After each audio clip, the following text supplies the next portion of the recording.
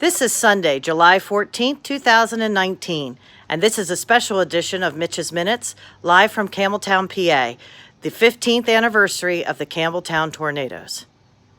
Hello everybody, I'm Mitch Carson and welcome to this special edition of Mitch's Minutes, and I am standing here in the community of Campbelltown, Pennsylvania in a neighborhood called Country Squire Estates because on this day 15 years ago an F3 tornado tore through this neighborhood. It was a record-breaking event here in the Susquehanna Valley, and this was one of the most significant events here in the valley, ranking with Tropical Storm Agnes in 1972, the nuclear accident at 3 Mile Island in 1979, and then Hurricane Sandy in 2012.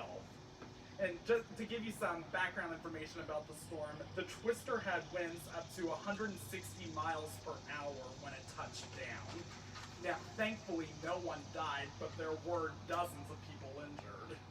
Not everyone's home in Campbelltown was affected by the tornado. However, the F3 tornado damaged or destroyed nearly 70 homes.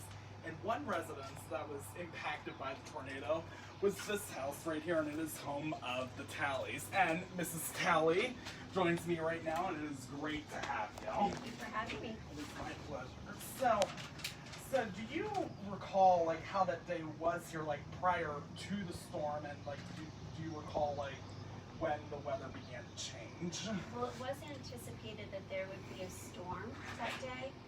I was planning a trip home, a day trip to visit my mom, and my dog was elderly, 13 at the time, and didn't like to travel, but I brought her with me because I did know a storm was coming, and she was afraid of bad weather. So I'm very blessed and grateful that I did do that. I didn't hear about anything until I was at my mom's house, and she was watching the news and heard about the Campbelltown tornadoes. She asked me if I knew where that was, and I said that's where we live, and she said, well, you live in Elmira, and I said, but it's technically Campbelltown area.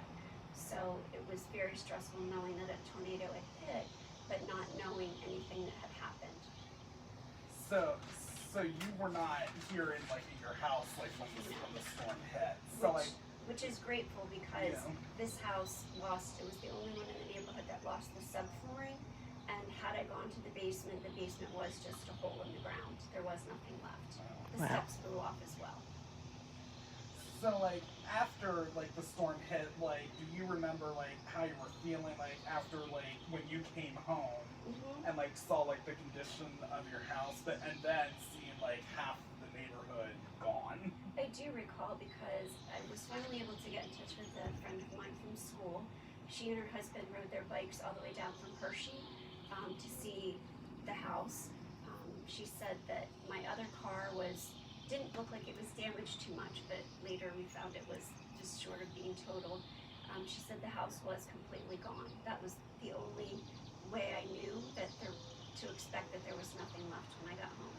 My husband didn't have a home to come back to, so he drove down to Delaware and spent the night with my mom at her house there. She had to buy him clothes and things because he just had the clothes on his back. And we drove back the following morning, left the dog at my mom's house. The fire hall was like a meeting place for everybody, so we met at the fire company. And then my in-laws drove us here to the house. It was the longest, fire company might be a mile from our house, and that the longest ride ever. I couldn't get my father-in-law to drive fast enough. I just wanted to get here. And when we did, and we pulled into the driveway, I started hyperventilating. I got out of the car and I fell on my knees. My next door neighbor at the time came over, and she was standing in front of me, and I was down on the ground, and all I remember saying is, you have 2 different shoes on, because she did. She had 2 different shoes. It was very devastating to see what was left and what was not here. So would you consider this day to be filled with very mixed emotions, like for people living in this neighborhood who was affected by the tornado? Most definitely, you saw really, really wonderful sides of people. People came together. My priest came out. There were many Mennonite groups. Students from my school came out. I'm friends with the fire chief in Hershey. He came out with a crew. lunches and water for the workers that were here. Our restoration crew was fabulous. You saw really, really positive and wonderful sides of people. Even though there was looting, they put lights on in the backyard at night while we were trying to find things, and people started stealing things in the evening, so there was good and bad. So, what do you think would be the lesson you take with you from this life event? Well, safety-wise, as far as weather, definitely heed any warnings and watches that you hear. At that time, they really weren't in full effect that they are now. People that were here told me they didn't hear sirens. They actually heard the sound of a train type thing with the approaching tornadoes. They didn't have any warnings to let them know what was happening. At least that's what people have shared with me.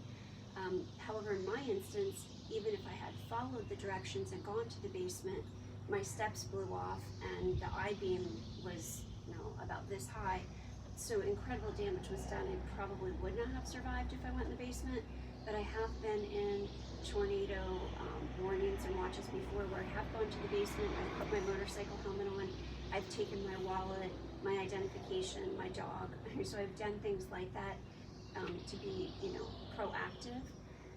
I also would say that it does change you. It makes you stronger, and it does help you see the positive and the real good in people. People will go out of their way for, to do acts of kindness, people that you don't even know. So it was very much, as you say, kind of mixed. I have mixed feelings about it, but it was definitely the most important event that's ever happened in my life because it did change my feelings. I wanted to stay here and rebuild here. There were some people that left, but most of the people wanted to come back because we felt like a tight community after what we went through. And again, thank you, Mrs. Talley, for taking the Certainly. time to share your story. Mm-hmm. And I have a where were you when memory of when the tornado touched down here. I was at the former Kmart in Hershey at the Hershey Shopping Center, approximately 5 miles from where I am now. My mom and I were stranded while we were waiting for power to return in the store. I was 5 years old at the time, and we sat in the patio section and read books. And I also remember very heavy wind and very heavy rain. And the town, 15 years later, the town has definitely recovered from this horrific event.